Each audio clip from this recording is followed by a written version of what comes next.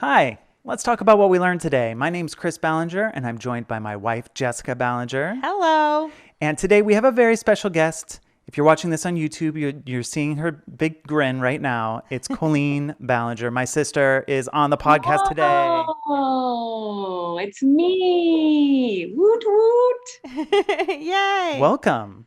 Welcome to you. Thank you for having me. Thank you for being here. We know that you're very busy. You've got lots of stuff going on. Yeah. Well, so do you guys. YouTube channels. Everyone has lots of stuff. It's the holiday season. Colleen is fantastic. If you haven't heard of her, she is a highly accomplished woman. She has one incredible son named Flynn, and she is also, I can't even list all your accomplishments, and I should have written them down, but I'm going to try to get some of them by memory. She co-created and starred in and a lot of things.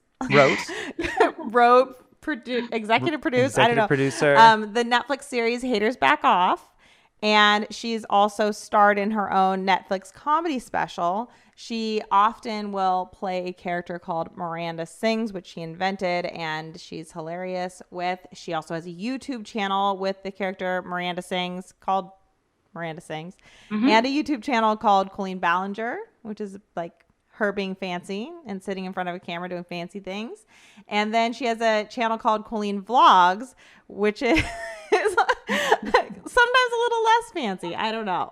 The vlog channel, it's a daily vlog. And then my main channel, fancy sounds like I would do fancy things. I mean, I literally am still a belching, not very hygienic human on my main channel. Don't get it twisted. Well, I'm not fancy. I just feel it's always very sparkles. It's more just it's my main channel. It's this year, is the first year ever where my vlog channel's become a channel that has gotten as much attention as it has. So it's always just been my two channels, my Miranda channel, my main channel. And now this year, all of a sudden the vlog channel's kind of my main jam. So now I'm I don't know why I have so many channels, but I do. And her vlog channel is fantastic. She's been vlogging almost every day this year and doing just an incredible job with staying consistent and spreading cheer and happiness and struggles and real life throughout this quarantine time and stay-at-home orders. And you're just an incredible person. We didn't even mention your books and your tour, the live show, all that stuff. She does a lot of things. You do a ton of stuff. She's kind of a big deal. And this weekend you did a really big deal. It was an incredible weekend. The internet did a big deal. I'm so excited. This weekend was so fun. We did every year for my birthday, we do a fundraiser for childhood cancer. And this year we added a Christmas concert, which you guys were in. And you guys were amazing. The kids did such a good job. But we added the Christmas concert because I was I don't know if anyone's going to be able to donate this year. It's been such a hard year for everyone. So what's another way that we can raise more money for these kids? And I thought of doing this Christmas concert, just thinking there's no way anyone would donate anything. And we ended up making $81,000 at the concert. And then I think we're at over $150,000 from the live stream I did. So we're well over $200,000 now for childhood cancer, which is the most we've ever raised. It's incredible. I can't believe it. Wow. That's so it's amazing. $250,000. I know. It's so crazy. Last I checked, I think we're up to 231,000 or something, but I haven't checked in a while. So are people still able to donate right now? Okay. So we'll put a link to that. I leave the live stream open, or the Fundly account, the Fundraiser account open for the remainder of the year so people can continue to donate if they want to. And then we donate it all. So. And how are the funds, where are the funds going? What is it? So I'm giving this year, every year I try to find new places to donate to, but I always donate a big chunk of money to a company called Family Reach, which is a nonprofit organization that helps the families of kids with cancer. They help the families pay for all the bills while their child is getting treatment. Because a lot of times what a lot of people might not know is that parents lose their jobs or are fired, I guess it's the same thing, have to quit their jobs or are fired because they can't be at work. Because when you have a child with cancer, you're constantly at the hospital and appointments and getting treatments, and your kid's always sick. You're up all night every night with your child. And so there's no option to have a job, which means there's no option to pay for your bills. And so Family Reach pays for mortgages and rents and car payments and just electricity, groceries, anything they can to help these families. And it's just such an incredible company. I love them. So I always donate a big chunk to them. And I also donate to the Children's Hospital of Los Angeles, who do a lot of wonderful work for children with tons of horrible diseases, but they do a lot for kids with cancer as well. And I like to try to find a few families to donate to personally, and try to find new organizations every year and educate myself on new places that are doing wonderful things for kids with cancer. So it's going all over the place, but those are some of the places. Every penny I raise goes to childhood cancer, though. I don't keep any of it. It doesn't I don't pay for certain things first or whatever. I don't have a production company. It's literally just me and my best friend, Corey. And we donate every penny and then donate some of our own as well. We want to make sure those kids get as much as we can possibly soak up from people. It's so awesome. I'm so grateful that you have arranged that and encouraged all of us to see that we can make such a difference. And I feel like that's what's so cool is that like you sort of started doing this for your birthday years ago. And to me, it's like still kind of an overwhelming, like it's like a big undertaking. And you've done it, and now we see that it's like something that we can do as well, and that like we can make big differences as well. And I think that that's really cool, and you're such an inspiration, and I just think that's awesome. Also, I wanted to shout out your vlog that you did last week. Do you remember the title of it? Is it "We Need to Talk About This," or I can't remember, but it's the one where you shared personal stories of where I Skyped with a couple kids. Yeah, I think it's called "We Need to Talk About This." It's on my main channel.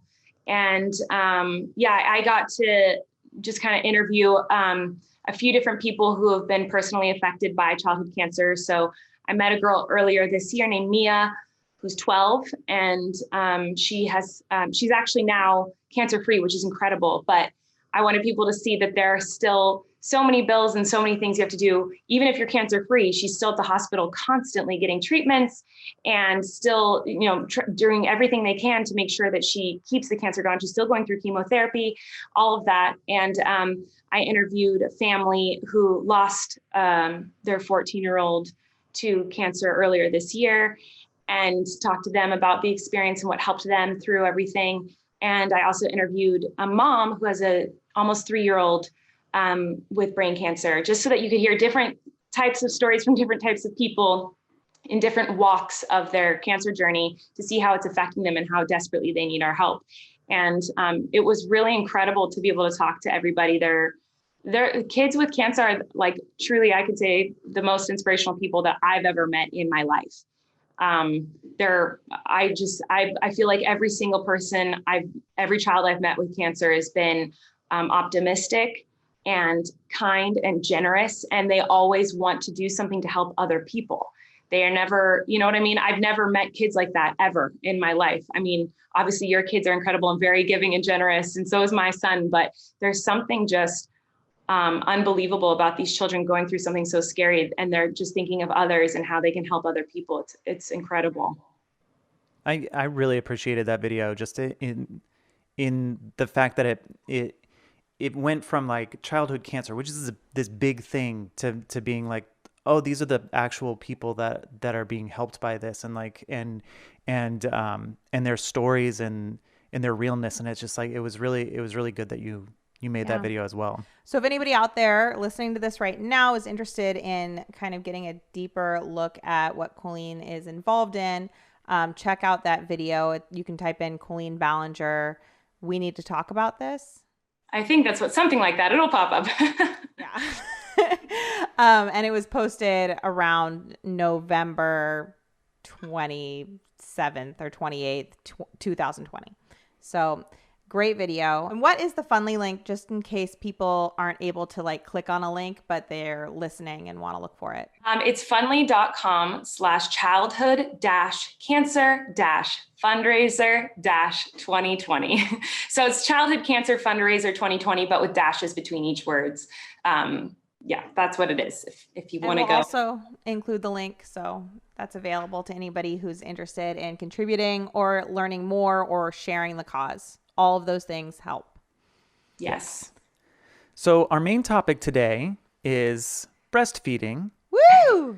And Christopher is just dying to talk about his breastfeeding journey. Yeah. Well, I have one. So I do You have do actually. I do have a breastfeeding journey, but I think I'm gonna let you guys do most of the talking. I might ask some awkward questions, Well, but I want actually, to hear what no, you have to say. I don't think any question, first of all, no question you ask can be awkward because like I'm like so open about it. I love talking about it. I just think motherhood is so cool and any way you feed your child is so cool. And like, I love hearing about it all. So any questions, welcome. But I feel like you do have a lot to say because I feel like as a spouse of someone who had a really what is the right word to say here? A really intense, challenging and intense breastfeeding journey with your fifth child. You were very involved in the feeding of Luke. And so obviously not as involved as Jessica. Jessica was superhero. I've never seen you so amazing. I was so in awe of you, Jessica. But Christopher, you did have a big role in that, which I think is really important for people to hear too. The things that you had to do as well. I've always felt very, very supported by Christopher, and that Aw. has definitely really enhanced that journey for us. I'm very much looking forward to you guys talking more highly of me in the next segment of the podcast. Yes. This is going very well so far. The breastfeeding topic is definitely going to be centered around you, Christopher. It's going in the dad's favor here. But we want to check and see if we have any words from our sponsors before jumping into it. All right. So breastfeeding. Who wants to start? Well, first of all, I want to say that I'm so excited to share our individual experiences because I think one thing about breastfeeding is that in feeding children in general is like a universal thing. However, everybody's journey is their own and it is different. And I appreciate as a mom who learns from other moms and other parents and other professionals too, not necessarily people who've done it, but sometimes experts on it. I love hearing those stories and hearing the different individual experiences and seeing where they line up with my own experiences and where they differ because we do have different experiences. I think it is fair to state right now off the bat that none of us are lactation consultants or doctors or anything like that. This is just like personal experience and we aren't judging anyone for how they feed their baby at all. And Colleen and I both happen to be moms who have breastfed primarily. So we don't have as much experience with things like formula, though I have experienced them I have experienced it with some of my children. I don't feel like I'm an expert on the topic. So my perspective is mainly on breastfeeding. Yeah, me too. We used formula a little bit when we needed to. But I love learning about that whenever I meet moms who have that experience with feeding their child, like with formula feeding. I love hearing about that and their journeys and what that's like for them. There is no judgment from me either way. I think formula or breastfeeding, all of it, I think is just wonderful. And I want to state that too. Like, even though we're going to be talking about breastfeeding, it doesn't mean that we think this is what people should do. It's just our experiences is what we're sharing. And we love hearing about everyone's experience and what they're doing as well. Yeah. So Colleen, do you want to start with you're the most recent new mom, I feel like. So like, yeah. I feel like for me, when I think of Bailey as a bit like that's very distant. I can kind of vaguely remember my take on breastfeeding and like vaguely my idea of what I thought it would be like, but it's so far away. And I really want to hear your fresh perspective as someone who like didn't have a child and didn't know if she would breastfeed or not or do whatever, and like how that journey went.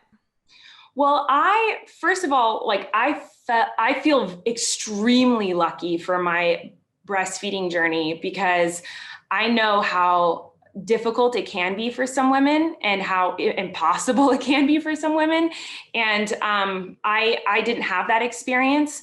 But I do know from other things throughout my pregnancy and having a newborn, hearing about other women having an easier pregnancy or an easy first few. Newborns are so easy. They, whatever. Like I didn't have those experiences. So I feel like I got that with breastfeeding. It wasn't easy by any means, but it was not challenging either.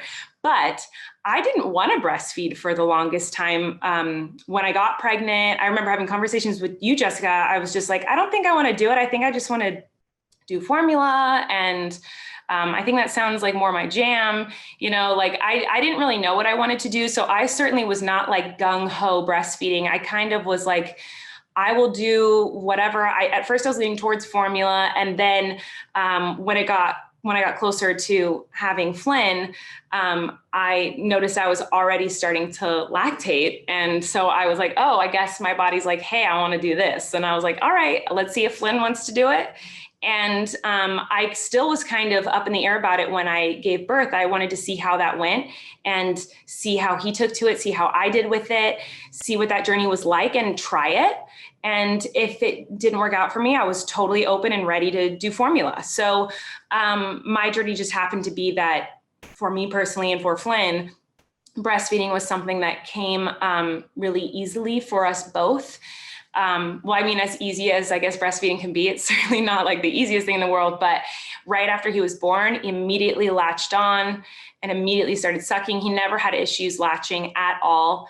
It always came very easy to him right from birth, like seconds after birth. So that was something that was easy for him. Every lactation consultant that came while I was in postpartum was like impressed with how well he was doing. My only hiccup with breastfeeding was that I did get like a clogged milk duct, like a week into it. And that was like extremely painful for a couple of weeks. But other than that, I had a really wonderful experience breastfeeding and I love it. And I have nothing but wonderful things to say about my personal experience doing it. And I also was like an overproducer. So I produced an absurd amount and he certainly could never eat that much. So I always had which was, I felt really, really lucky about because I heard so many stories about so many different women who just couldn't produce milk or their baby just couldn't latch. Or it was just so excruciatingly painful, like all these stories that sound so hard and so difficult. And I feel really lucky that that was not my experience with Flynn. And so, yeah, I mean, but every baby's different. So if I ever have another one, I don't know what's going to happen. I mean, you can talk about that because you've had 5. So I don't know how different all of your experiences have been. I don't feel like I paid close attention to your breastfeeding journeys until Luke. So I'm actually curious to know if the first 4 were all super different or all pretty similar, because I know your experience with Luke was much different. Well, I feel like my first thought is responding to what you were saying about being an overproducer, because like my instinct is to be like a little bit jealous of that. I know that it comes with so many like hardships. You may not have experienced them, but I've heard a lot of women end up with like mastitis or like other issues related to overproduction and engorgement that can be very painful. Mm-hmm. Maybe, I don't know if mastitis is related to it, actually. I guess I don't know that for sure. But I know I've heard a lot of like painful engorgement stories, right, and issues with just like leaking everywhere and that being difficult at places like work or shopping or wherever you are. Yeah, I'm going to cut you off really fast to say that I also felt very like extremely lucky that I worked from home because I couldn't be away for an hour from Flynn because I would leak everywhere. I had to wear multiple pads in my bras. They would get engorged and like that was extremely painful. Like there were times where I'd wake Flynn up or force him to eat. Just not force him. I mean, he'd always eat. He was happy to eat, but just because I was in so much pain, it wasn't time for him to eat. I just was in so much pain from that. So, I mean, I certainly experienced those things, but I just feel like compared to other women's experiences that I feel like that was a lucky problem to have. Like it was like a good problem to have. And I could always just pump and have lots of milk in the fridge, which you think would be like, oh, well, you can go out on date nights or go overnight somewhere because you have all this milk. But then I couldn't really go anywhere or do anything because it would I'd leak everywhere. And yeah, so that definitely is a problem for sure. Yeah. But it's so interesting to hear the different, like the balances of things, because like I have always been a just enougher. So like when I pump, it's 1 ounce on both sides, like almost always. I was able to get that a little bit higher with Luke because I exclusively pumped for him for about 2 months. So, but some days it was like, okay, what are we going to do? Are we going to have enough for his next feed? And it was always like that. It was always trying to keep up for just the next feed and the next feed because my body has never come anywhere near overproducing. Producing just enough has been what I did with all of my children though. So I do remember feeling slightly engorged, like just large chested, that when my milk first came in with Bailey. But aside from that, I never really had that feeling of like pain. I've read about people doing like cabbage leaves and having things in the like crying in the shower and like all this stuff. And I never had that experience. But I did have the experience of like worrying that I wouldn't have enough for a next feed, as far as like pumping wise, or Or worrying. like you couldn't go away for a while. Like you couldn't Right. you couldn't I go couldn't be stock separated up. from the baby because you couldn't stock up. Because Yeah. but then I didn't leak. I like never leaked, and I would buy those breast pads every time. I would buy like pads or shields or whatever they're called, and I would use like a few and then just not use any. Like it never I would needed go through them. like 10 a day. I always had them for like the first couple days, and then I'd be like, no, I really don't need these. I was never worried, by the way. I do want to like make sure to be very clear on this. I was never worried that I didn't have enough for my children while they were nursing. And I think that that's something that some women I've seen, when they don't produce enough when they're pumping, they worry that that means their baby isn't getting enough from them directly. But I've done a lot of research on this, and everything I've always read has said like your body is producing more, and also producing, even if the amount isn't as much, the content can be like the fats and the nutrition can still be like calibrated enough for your baby. And that shouldn't be a concern unless your baby isn't gaining weight appropriately. So like if your baby is developing appropriately, then like really I recommend people not stress about seeming like they're not producing the gallons of milk that some can create. Right. And I'm saying that as a mom of 5. Like I've had 5 kids. I've nursed them exclusively till 6 months old, and then less as they get older till about a year to 18 months. Like that would vary. And they did fine. Like they were fine. That's unless your doctor is concerned about weight gain or something, don't let your supply issues like freak you out or worry Right. you. Yeah, it's so funny. As you were talking, it was like unlocking memories of like, I feel like oh no, wait, hold on. My internal temperature is high, allowed to cool. Oh, Christopher. Her battery is exhausted. Oh no, we're going to lose Colleen. All right, we had a little camera cutout. We're back. Do you remember where we were? What were we talking Yes, about? I remember where we were. We were talking about breastfeeding. Oh, yes. Yeah, but I was saying that I had all these memories unlocked as you were talking of, I feel like all the time moms say like, oh, you forget how awful childbirth is. You forget about how horrible pregnancy was. I don't forget my pregnancy. But I feel like I have forgotten so many things that happened with breastfeeding. I just remembered when Flynn was 8 months old, I was in Waitress on Broadway. Yeah. And I had to pump. Everyone during the intermission hangs out. The cast would play Uno. They'd hang out and go have snacks, and like everyone would be laughing. I could hear them backstage, and I'd be in my dressing room alone, pumping at every single intermission of every single show on Broadway, because I knew that if I did not pump at intermission, I would leak into my costume during the second act. And so I'm just not remembering that. I'm like, that's crazy that I totally forgot that I had to do that. And there was, I was filming Escape the Night, which is a YouTube show. I think Flynn was maybe 3 or 4 months old. And I stopped production multiple times because I was like, oh, I have to go to my trailer right now. I would have to stop production, stop filming so I could go pump and come back. So that did happen a lot. I'm just remembering it now, but I guess I had blocked that from my memory. And I feel like that was your initial concern when, I could be wrong, but when you talked to me about considering formula, you were trying to figure out how you were going to balance having a newborn and also working. And, or like not even newborn, but like having a young baby and working, which I think a lot of women look at when they're obviously when they're getting ready to have a baby. So anyway, I thought that was interesting. Yeah, I was definitely looking into it, but luckily I could take Flynn with me to most of my jobs. Obviously I couldn't take him backstage at Broadway. And on set, he was with me a lot, but not enough apparently. But, we did try formula with Flynn quite a few times when I knew I'd be gone for long stretches of time. We'd always make sure we had my milk too when we were trying new formulas, because in case he didn't like it, which he never did, he would not take it. We tried multiple different kinds and he just was like, this is not my mom's milk. I'm not game. So, luckily we'd always had an abundance of my milk around. So he never went hungry, obviously, but that was something that we did try, because I was like, this is getting crazy. I can't be pumping every 5 minutes. And he just didn't want formula. So up until he was 6 months, which is when we started introducing new foods, for 6 months straight, it was just constant pumping and constant breastfeeding for me. Yeah. I feel like I'm trying to think of some of the questions that I get when I talk about breastfeeding, because there have been some things that I really take for granted in my brain now, just as like something I know, but that people who've never breastfed before are very surprised by.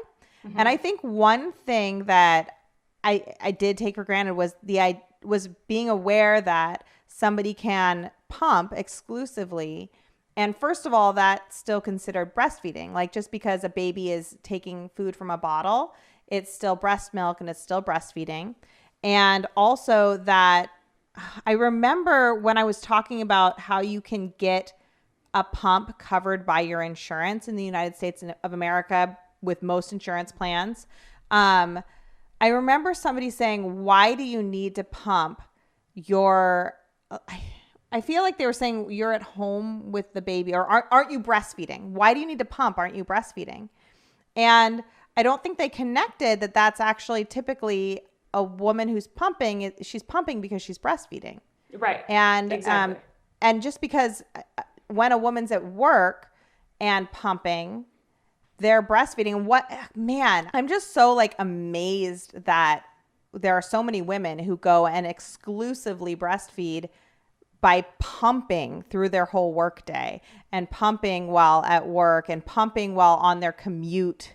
Like, it's so intense, and what a commitment. And I did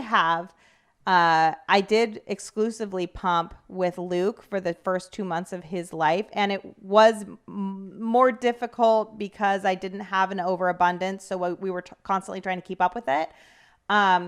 But he didn't have issues with taking formula like you had. At least, like, he just kind of was fine with any food. So if we did need to supplement with formula, that was okay, and that was fine, and we had that as backup. And I'm so grateful for formula. Like, it's such a miracle that it's been there to like rescue so many babies. Oh yeah. Like, it's such a wonderful thing, and it's also a wonderful thing for moms who either can't nurse or just don't want to, or whatever they need to do. Like, I think formula has been a lifesaver for a lot of children. So with Luke, we exclusively pumped, and we're like constantly keeping up with things. And it was so hard and so exhausting. And I was home for all of it. And I had a very supportive spouse. I also had 4 other children constantly at home, but I feel like it was really hard, Yeah. Well, and I was able to be at home, and I'm so impressed and in awe over the people who are getting through the same experiences with either not having support or having to be at a place starting at like 6 weeks after a baby's birth. Like, man, my heart just goes out to you, and I'm so in awe over what people like that have taken on. I could not have done that. I was exhausted. Well, also, like, don't sell yourself cut in short. a little bit there, but I was going to say I was impressed going to your house and seeing, it wasn't because for me, it was a pump, I went through a few different pumps because I pumped so much. And my pumps never lasted more than a few months because of how often I had to do it. But I was so impressed that I went to your house and it wasn't just a pump. You had so many devices and things and tubes and specific types of bottles and different things I'd never even seen or heard of before. So much went into pumping for you, or for breastfeeding Luke, or practicing breastfeeding Luke. In those first couple of months, I was so impressed because I did not have that experience at all. And you guys had such determination and excitement to make it like happen. And I just was really impressed with, I can't even express everything that went into it. I was shocked the first time I came to your house and saw you're like, oh, it's time to pump. And there was like all these things. There's just a million things. I don't even know what it all was. I guess I should give some backstory too. Yeah, we should explain. Luke. But so Luke's our 5th child. I did nurse with the other 4. With Luke, he has a chromosomal microdeletion, which has like one of the biggest commonalities with it is feeding issues as a newborn. At the time, we didn't know that he had this microdeletion. And so we didn't exactly know why he was struggling to feed. All we knew was he wouldn't really latch on to me. He would go on maybe for like a second, but then he just didn't seem to have any interest at all. He just wasn't attempting to nurse at all. And gosh, I'm trying to like think about it, but I remember he would latch onto a bottle and he would suck from a bottle. And that's how we got released from the hospital, which I didn't know at the time, but I guess the hospital has protocols for when they can release a mother and the child from the hospital. It wasn't a very good latch on the bottle even. It just flowed a lot better for him. He was able to eat. Yeah, he was able to take nutrition in. Yes. And I wanted out of the hospital because I loved the support that I got. I felt like we were at the best hospital possible. Every single person on staff was just incredible and amazing. But I wanted to treat Luke's tongue and lip and cheek tie. So that's one thing I learned on my 3rd child, that getting a tongue tie or any of those other ties can really complicate and get in the way of feeding and nursing. So that helped us so much with Parker. Like, it was night and day. The first 2 weeks of Parker being born, he's our 3rd, he was super hungry.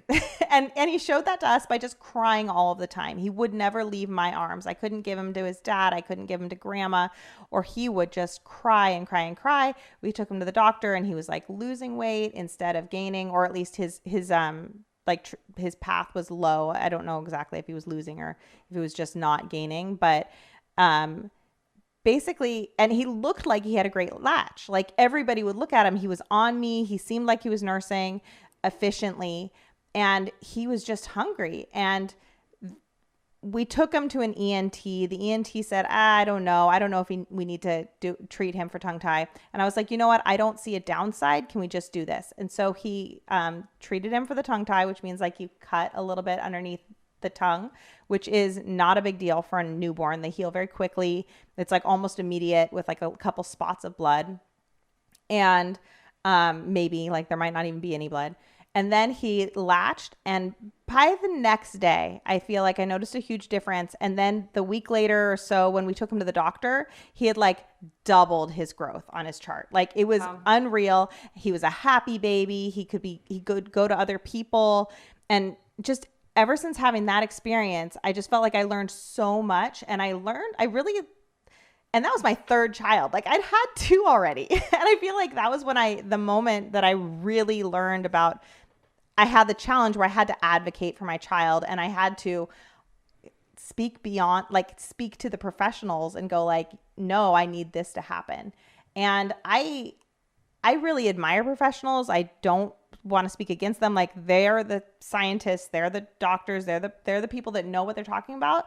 But there is that mother's instinct. There is the balance of like knowing something's wrong and being the one that has to go like, no, this isn't just like a normal baby crying thing. Like, we really need to fix this. And is there a downside to something like cutting a tongue tie?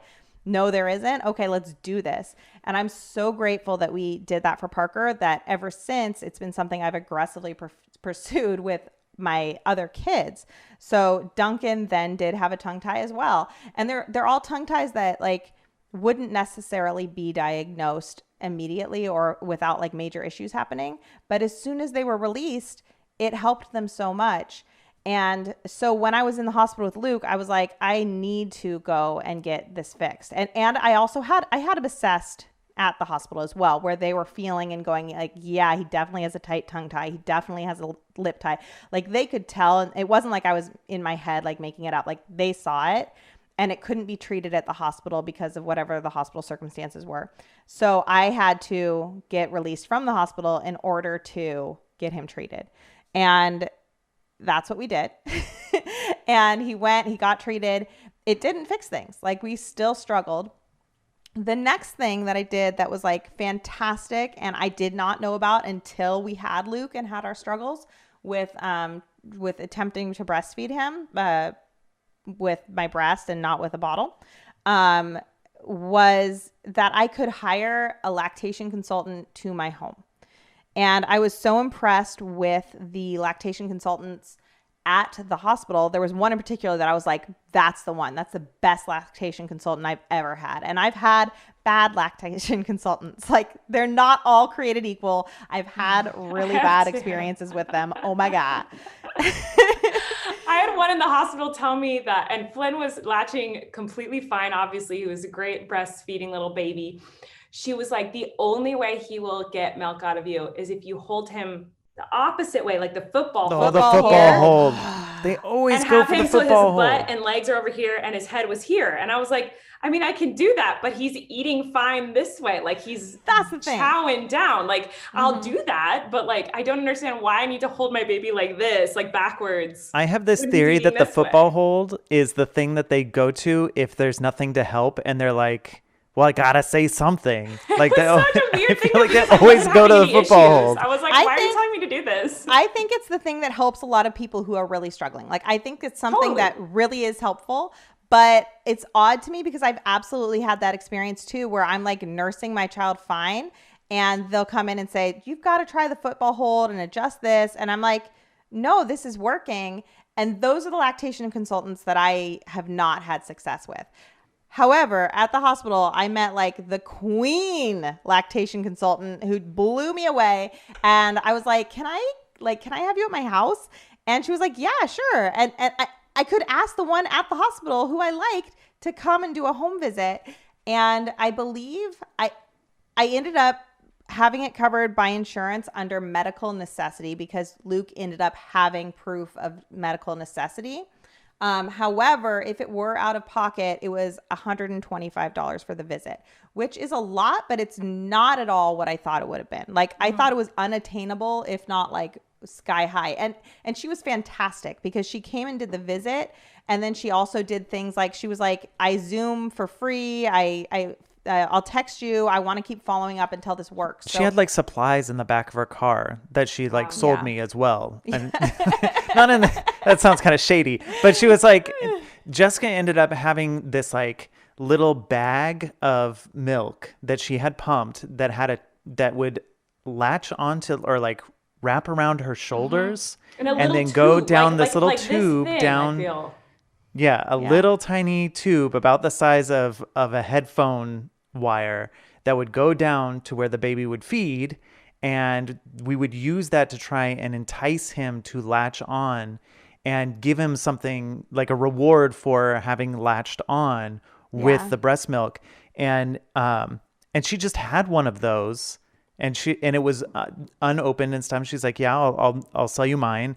And then, you know, she really helped us, equipped us with things that I didn't even know existed. Yeah, which was wonderful. And the tube feeding was okay. It kind of got Luke a little interested. I tried, one of the things that did help him transition was something called a nipple shield. It did not work for us at first. Like I would say for 4 to 6 weeks, he would not nurse even when I was wearing a nipple shield. He would not nurse directly on my skin. And for the nipple shield, Jessica had to put that on. And then I had a syringe full of breast milk. And I would basically stab through this little hole.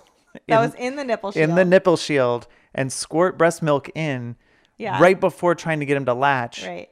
And it was like a whole process. It was a huge song and dance. I've never seen anything like that. I was so impressed. It was like teamwork, so many people involved, so many cables and cords and things everywhere for this tiny little so human, just so tiny and so precious. And it was like all this stuff was going into just like trying to help him figure out how to eat. It was so amazing. And there was also basically the reason we filled the nipple shield part, that was the easy milk. So we were trying to make him go like, okay, like I should go here because milk's easy here. Mm-hmm. And it wasn't because my breast couldn't produce. It was just like trying to give him that really easy, like you don't have to even do anything and it's just falling into your mouth. Because babies have to suck for a while before. Sometimes. Like you have to activate. They do a little Before suck the to letdown, activate. yeah. Yeah. But my breasts were kind of ready because I would also like pump. Like it was ready, but at the same time, that was making it like really easy for him. So anyway, so we would have this easy milk and that was ready for him. And he still wasn't interested. And eventually, we got him to nurse using the nipple shield. But it was such a long journey. And I will say the whole time I was going, am I being foolish? Like I don't care. I'll put in the work, or I'll put in the time. Like I can do this. I'm not doing something that I feel like 100% overwhelmed by. Like I'm okay. It's a lot of work, but to me, it was worth it because I love nursing. I find nursing to be very convenient and helpful. And I didn't feel like I didn't want to be irrational. And I was having like the lactation consultant who didn't seem like a pushy person either. Like I feel like there can be stigma around things like a lactation consultant where people might think that they only believe in breastfeeding with breast milk. And that's not the case. Like this was a person who was very much like open and willing to like go the formula route, supporting me.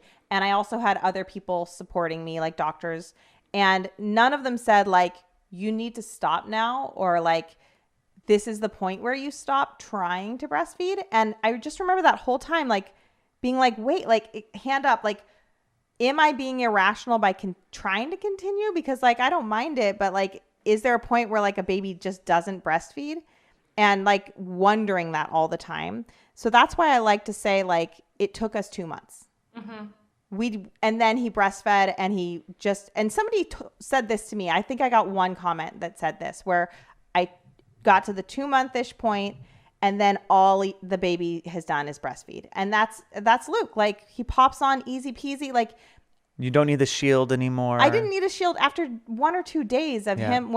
The moment he like latched and figured it out, we were like off and running, and there were no issues. I didn't have engorgement. I didn't have any issues. I didn't have milk duct. There was a little bit like where I could tell he's still like a little off with it, in the sense that it's like a little bit uncomfortable sometimes. But it's not a big deal. Like I can just tell his suck isn't like perfect, I guess. I don't know exactly how to describe it, but it is like a little off, but not to the point where it's like giving me scabbing or bleeding or some of the other horror stories that I've heard moms having to endure. But I really want to like throw that out there. Like, I didn't know. Yeah. I did this like, I did this all blind, like trying to pursue it, but not knowing if it would work for 2 months. Yeah. And then at 2 months, I want to jump in and say like, whatever, I think the most important thing to get through breastfeeding is, if you want to do that, or however you feed your child, is having, because it goes for either one, formula or breastfeeding, is just having supportive people around you who are going to support your decision, because it's no one else's decision how you feed your child. And it's no one else's place to like judge you how you feed your child, unless your doctor is like, this is a medical emergency situation. Or, you know, if a doctor's advice, if healthcare professionals are advising you of something, you know, it's a mother's choice what she wants to do. And I think it's important she has people to support her. And I feel like for me, I wouldn't have had as positive of an experience had I not had so many supportive people around me, and mothers who had experience doing it, not telling me what I should do, but giving me advice on what they did.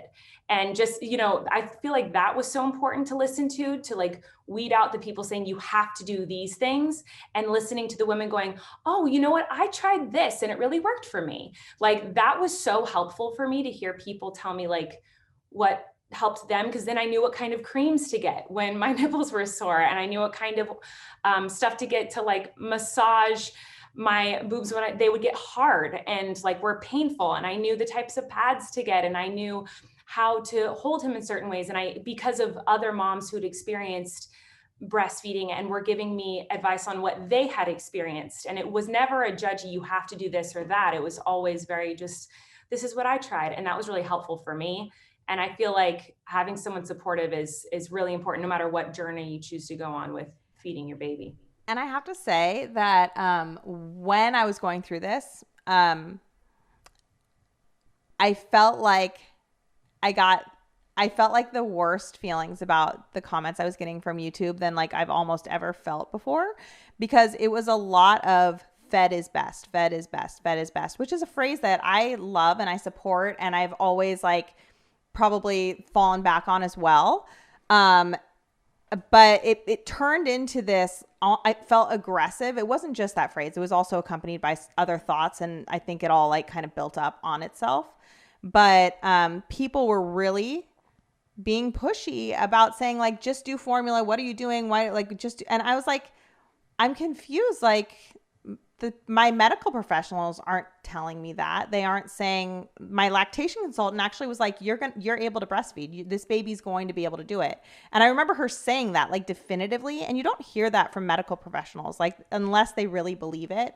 So she said that, and I was still like confused. Like I don't know, and I'm unsure, but I was never like, I want to give up and I feel pressure from any outside sources to keep breastfeeding like when I shouldn't, like beyond my I don't want to just say desires, but like beyond my level of wanting to continue to attempt it. Like I didn't feel pushed past that. And I really resented massive amounts of people saying, just do formula, fed is best. Why do you have a problem with formula? Because I don't have a problem with formula. My baby was taking formula and surviving because of formula. It was that I also wanted to breastfeed, and it didn't seem like it was impossible. And I wanted to pursue it for him and for me, like for whatever our dynamics are. I wanted that. And I just, as you were saying, like moms should be supported in what they want to pursue. And I can understand the argument of people saying, well, I can also identify maybe a mom who could be going through like postpartum and like, how do I help them? Even though I want to support them, like maybe they are, because I did get a lot of responses that were like, I wanted to keep breastfeeding, but then I stopped. And looking back, it was like, I wish I had stopped sooner. And I'm so glad that I did that. And like, I understand that. Like, I understand people like having that experience 100%. But I didn't need to hear it then. Like, but I could understand some people thinking they need to hear it. Gosh, man, motherhood. It's such I know motherhood. It's such crazy. A sensitive, emotionally like driven time. Well, and I think it's so important to remind people and to just think about how everyone is so different, and every experience, every mom, every baby, every relationship, every work environment, everything is so different. And I can only speak for me, and for my experience, I ended up being so grateful that I was breastfeeding because it was so helpful when I was touring the whole first year of his life. On that airplane, takeoff and landing, the only thing that would soothe my child and make him be okay traveling was breastfeeding. Like it made my life so much better when I was traveling, being able to soothe him in that way. And that was, Flynn always has been so soothed just by breastfeeding. And it was something that was so good for him and our relationship and what our dynamic was and how much I traveled and all the things that I did. That was so important for our relationship and our bond. Yeah. And so that's why I'm happy I did it. And right. And that's how I feel about it too. Like this is my 5th kid. I'm 4 kids deep. And like, this is my experience and this is how I'm used to parenting. And like, yes, I do think you need to adjust and adapt to your kids. But like, I do love being able to travel and just pop a baby on and not have to worry about having other things that I need to bring with me or whatever. And that was my experience and what I was used to. And I was very intimidated by the idea of using bottles exclusively. And like that actually, like, it's just not something I'm familiar with. So it kind of makes me like nervous just because it's a new experience and not something I feel like an expert at. And I've also heard the opposite from parents who like exclusively bottle feed. Like I've heard a ton of people going like, man, I love that I can bottle feed. I love that I can give a baby a bottle in the middle of the night, or that I have a partner who can take on part of the feeding. And I feel like experience-based knowledge is like, it's just everything. It's so individual, like you're saying. It totally is. And that's the thing is for like, I just want to like say that I did not mean every baby is soothed by breastfeeding. For me and Flynn, that's what soothed him. That doesn't mean babies aren't soothed by a bottle or by formula. They certainly are and can be, but for our experience, that's what soothed him the most and what made him feel safe and happy. My son and me, that was our experience. That's why that was my decision, and it wasn't anyone else's, and no one could tell me what I should or shouldn't do in that situation. I knew I was doing what was best for my child. And so it's so weird to me that as you were going through that with Luke, he was fed. Fed is best. And of course you will agree with that. And of course you are feeding your child. The days that he couldn't get breast milk, of course he had formula when that needed to be supplemented, but it was your decision to continue to work to make breastfeeding work for you. And it's so odd that other people think that it's their right to tell you that what you were doing was wrong when they're not in your home seeing what you guys were going through and what you were doing and your dynamic with Luke and what Luke needed and what you needed for your family dynamic and all of that. So it's fascinating, the people who like to tell you what you're doing right and wrong once you become a mom. Yeah. I mean, I think that there's a balance. I think there were people who were genuinely rude. Mm-hmm. And I think that there were people who genuinely wanted to comfort a mom who was maybe in a position that they related to. And they wanted to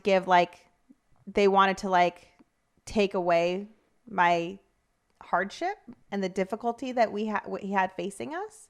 Mm-hmm. But I also think that can be a very natural part of parenting too. Like some things, some kids, some individual experiences with each individual kid are hard. Like it's hard. And I think that's also part of maybe what fueled us to keep going with trying to nurse him, was just that we've had a bunch of kids and we've gone like, oh yeah, this is just what you do. Like we've had a bunch of kids that we've had to struggle with different things with, and kind of what you do is just kind of like truck along with it. It doesn't mean you have to, or like, I'm not saying you have to pursue it without end. I'm just saying like, it was what we're used to doing as parents. Well, you had experienced 4 kids prior where you were able to breastfeed them. So I feel like if you had experienced Luke first, I don't know if you would have kept trying. I feel like you probably just would have been like, this is impossible. I'm going to go with formula now. But since you had 4 kids prior that all breastfed well, you were like, oh, I know this is possible. I do it. I've done it. And so I know that if I just keep working hard, maybe this is something that can happen. And so I feel like, yeah, I also would have taken on a lot of guilt. I think I would have felt, I not guilt, but like I wouldn't have known what was going on. And I appreciated that I had so many kids that I had nursed, because I knew that it wasn't like me and my approach to it that wasn't working and wasn't mm-hmm. connecting. And, yeah, I remember appreciating that a lot, like that I'd had the experience and the knowledge to go like, something's off. I don't know what it is, but I felt like very much freed from it being related to like something that I wasn't doing right. Right. And I feel like a lot of moms suffer through those guilty feelings, and mm-hmm. it's just like the nature of being a new mom. And it's like, I wish I could heal that for them too, and like not have them go through those feelings, because it's a lot of the times it has nothing to do with like us. It's just parenting is hard. Having a new baby is hard. Yeah. Figuring out how to feed them and take care of them is hard. It's a journey, and it's not one size fits all. I mean, obviously. And it also stays a journey, because trying to feed a toddler is really fun. It's not a journey that ends with breastfeeding. Feeding a child is a journey, I feel like, that lasts, at least in my experience so far, 2 years. It has been a journey. Yeah. I feel like earlier talking about like having a kid now and not thinking about the breastfeeding like journey stuff as much, even though you're still breastfeeding. And I think that that's so true. Like you get to a point after it being like hard and like, oh, how am I gonna do this? Where am I gonna do this? How many hours are we into it? And it does become very second nature. It does become like you're lying down and your kid's like crawling around doing circles. Like you're not worrying about a football hold or how you're holding them or the boppy pillow. Like they're just on you and like running around and you're like, please don't bite me. Please don't bite me. Today, Flynn was not breastfeeding on me today, but he was in that area. Like, and I thought that's what he was trying to ask for. But then he, for the first time ever, he just bit me in a hyper toddler moment. And I said, oh no, we don't bite mama. And he goes, no, eat mama. No eating mama. And all day he told everyone, no eat mama. Don't eat mama. He's just, the rest of the day, he felt so bad. But he knows now he's not supposed to eat mama. Life lessons. A good life lesson to learn. All right. Well, I think we have actually a really fun quiz plan for you that's very off topic. Okay, like, love that. This was fun, and we knew it would get like a little bit like mom deep, so we wanted to switch it up with something light and just silly. Okay, fun. What is it, Christopher? You've got it, right? I told you we could talk forever about this. We talk forever. I know this is our longest podcast to date, but honestly, we could have talked for 3 more hours and I wouldn't have noticed. Like, I'm nowhere near done. I was like, wait, I have so much more to say. Are we done? Are you kidding? Do you want to throw anything else in there? I'm fine with it just being a long one. I don't know. I want to reiterate again that like, I think what's popping in my head is there's an Amy Schumer joke. I think it was in her newest show or something where she made a joke about how when you're talking about breastfeeding or formula, everyone's like, fed is best, whatever you want to do, fed is best, but really you have to breastfeed. And like, she does like some joke like that. And I just want people to know that that is not how we feel. It is not like we're talking about breastfeeding. So fed is best, but like also you should breastfeed. I 100% am so like, I think it's the mom's decision with her partner, how they feed their kid, and every relationship is different. Every kid is different. Every mom is different. Every environment is different. You have to do what works best for your family and what's best for your child. And that's different for everyone. So, and everyone's experience is so different. And my experience would never have worked for someone else. So, you know, I'm so supportive of women in general and whatever they want to do. And I feel like it's possible that we could have phrased something in a way that like you in your whatever people listening out there like might have emotionally like been like a hurtful or maybe a wrong way of saying it. And just so you know, like that's not our intention at all. Like 100% we support whatever anybody is choosing or has chosen or has been in the position of experiencing. And just like I know that I probably didn't say everything perfectly, but we're just speaking from our experience and we're not telling anyone else what they should do because we have no place. We don't know their experience and their story and their life. So yeah, I just think women are incredible. And I feel like becoming a mom made me so much more impressed with women and the things they go through, whether it's needing to formula feed or needing to breastfeed or whatever one they choose. I think women are so cool. And absolutely. I agree. Oh my gosh, there's so many other things now I'm thinking of. I know, we didn't even talk about this guy. He's been just I know how many quietly. things Christopher had. Christopher got to be such a big part of Lou's, but also like cool little fun facts. Like, sorry, really fast, and then we'll play our game. I'm sorry. I know I'm talking too much. No, let's do this. I have one thing too. I have one really important tip that I like have to say. Or Okay. I will regret it. Well, I was just going to say how cool, like things I learned about breastfeeding that I had no idea about, which is like your body, there's like holes in, you know, your nipple for like the milk to come out, but also for the saliva of the baby to come in to let your body know what stage your kid is at, if your kid is sick, anything like that. So it alerts your body to know what to put in the breast milk to help the baby. Yeah, it's amazing. It's so important. And it's so cool because like your breast milk will actually like become more fatty and then more watery. Like the ratio will change depending on if the baby needs more water, like if they're dehydrated. And then also I've heard so many women, whenever they have a breastfeeding baby, when they get sick, I've seen them say, oh, I should probably stop. Like I should probably let the baby have a bottle and like go to partner or somebody else. Like or I'm so nervous because I'm sick.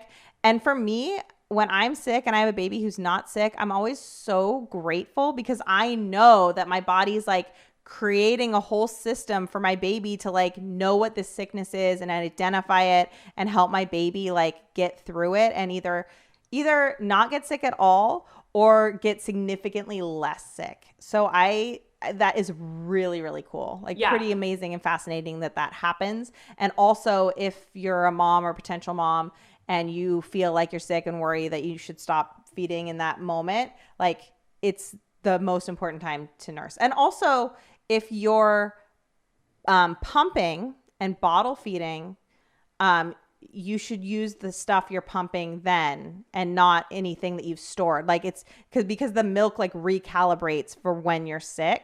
So that's like something you should like to be intentional about, is like not just using your stuff that was from a month ago. Like you should use the fresh stuff. So anyway, yeah, so it's cool. So cool. I just wanted to throw that out there for anyone who doesn't know, like that. There's so many cool little fun facts. I'm sure I'm going to think of a million more, but anyway, sorry. Like those fun facts are like amazing, but there are times when I'm like, when Jessica's breastfeeding and I'm like, you're making food for that person. Like that person is surviving off of something you're making with your body. That's for like 6 whole months, you know, like, but, and then you kind of go like, oh wait, they did that for 9 months also. Yes. Like, you know, I always think that, but like the fact that they're like out and being human-y and like only the things that I'm creating with my body is like what's sustaining them is wild. That like is wild. It's so cool. I wanted to say earlier, if anybody is in the very odd circumstance that I was in, where you cannot get a baby to nurse, but your baby will take a bottle. And this doesn't work the other way around from what I've read in the reviews, but there's a product called the Medela Calma nipple. And I think that's what turned it around for us with Luke. I was going to mention that too earlier. It was a really cool tool. It didn't happen instantly, but within a week or two, that's when things really changed with him. And basically it was a nipple that we'd put on the bottle. So he was already wanting to bottle feed and feed with that type of like a silicone feeling nipple. So he would take it, and then it would shoot out, and he would have to do the suction of what you would do while breastfeeding. It like held back the milk. It wouldn't give you the milk unless you were actually doing the active sucking that a baby does on the breast. Very different looking bottle top. Like it's very, very completely different than anything else that exists. It's not just like a slower flow. It's a very different thing. More complicated to put together and clean. Yes. Just so you know. And I was on the fence about getting it at first because I read a lot of reviews from parents who were trying to do the opposite thing, because you can get, I've seen a lot of mothers, I've never had this experience, but I've seen it while researching, attempting to breastfeed, issues, you know, complications that you can have. And they are trying to get a baby to take a bottle from being on the breast because the parent is needing to go to work or have some time away from the baby for whatever reason, and the baby won't take a bottle. And they are trying with this nipple and in this bottle top, and it does not help at all from what I've read in the reviews. So if that's your case, this isn't the thing for you. But it is a very specialized nipple for exactly my circumstance. And it was, I think, what really helped us. And my lactation consultant hadn't even heard of it yet. So I feel like it's not something that's very widely known of, but it was something that helped us a lot. So I want to make sure that that's publicly known, that Medela Calma bottle thing was very helpful to us. Shall we play a game now? Yes. Yeah, let's play a game. And then Jessica and I will just talk for 7 more hours later about this. Yes, mom time. We're going to do our quiz right after we check and see if we have any words from our sponsors. Okay, so, are you ready for today's BuzzFeed quiz? Yes. It is. Excited. This quiz will reveal which YouTube star you were destined to be. I thought that was appropriate. I'm actually going to text this. Have you taken this before? No. Okay. I'm going to text this over to Jessica as well. We'll take it simultaneously as you're taking it.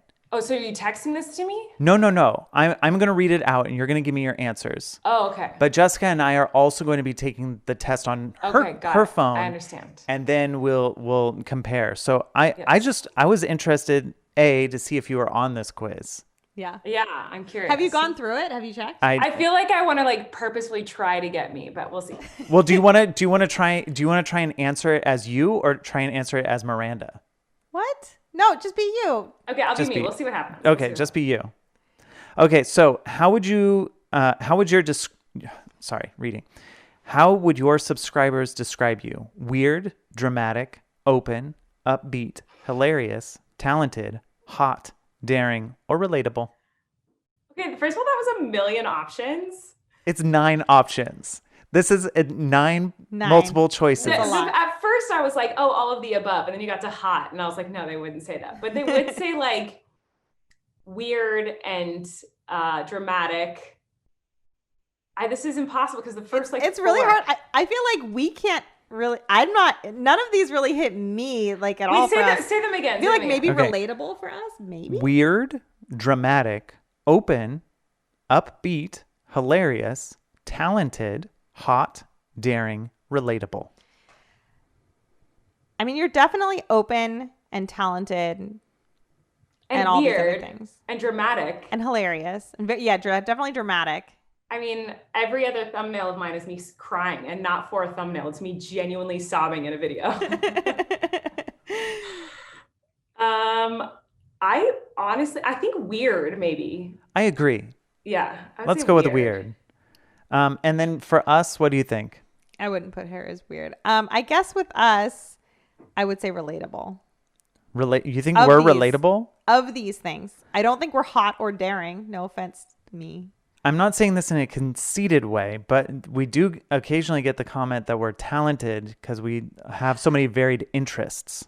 I know that you're talented, but I feel like that's not like the core of our channel. Yeah, like you're not like singers on your channel or something. I would say relatable. Okay, let's do relatable. Colleen? Yeah, I would say relatable. Relatable. What will your next video be about? A product review or unboxing, a makeup tutorial, a rant, a vlog, a mukbang, a challenge, a story time, a conspiracy theory / ghost hunting adventure, or a cover. By the way, there are actual YouTube stars pictures on here. It's not like Tana's on here, Shane's on here. What? I'd be a vlog, but I swear to God, if I get Jake Paul. A vlog? Okay. I think we have to do the same. Glozel's on here too. Yeah, and we did a vlog for sure. Who's sponsoring that video? Is it going to be Audible, Quick Match, Squarespace, Sugar Bear Hair, Away Luggage, Benefit Cosmetics, SeatGeek, Always, or Google Pixel? Google Pixel. Google Pixel? And I'd say Audible for us. Okay. Yeah, I've been sponsored by Audible and Google, but Google more recently, so I'd say Google. Who are you collabing with? And you've actually collabed with a few of these people. Oh, no. Most of them. Trisha Paytas, Philip Wang, Jaclyn Hill, Zachary Campbell, Tyler Oakley, Lily Singh, Mario Aguilar, Bunny Meyer, Anthony Padilla. How old is this quiz, first of all? It's got to be pretty old. It's pretty old. I would say either... Wait, there was a Lily or Trisha. Yeah. Because I've collabed with them the most. I don't know. Maybe Trisha, because more recently I've collabed with Trisha. I love her, so. I will click on her. Who are we collabing with?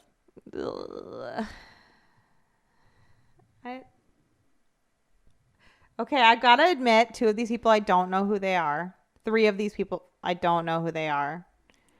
So I don't know. Awkward. Don't say who. I don't know. I feel like everybody else is like very much more you in your genre, but it'd be fun to collab with Lily. Yeah, Lily was my instinct, but I've been in a Lily video. I was gonna say Lily too, but I've just collabed with Trisha more recently, so I don't know. I don't know which one to put because I've collabed with both. Maybe should I change mine to Lily? I don't know. I can change it if you want. Okay, change. Sorry, last minute decision. Change to Lily. Okay, changed. What wouldn't you vlog yourself doing? Crying endlessly over a breakup, eating a ton of food, sitting on the toilet talking about your day, spilling all the tea about your enemy, pranking random people on the street. What was the last one? Spilling the tea on what? On your enemy. I wouldn't do that. Yeah, never. You'd never do that. But there's like 17 more options here. So do you want to hear them? Well, there's pranking random people on the street, drinking a lot, and then getting sick. Spending time with your family. Okay. Our whole brand. Spending the night in some haunted place. Singing badly. Oh my God, that's about Miranda for sure.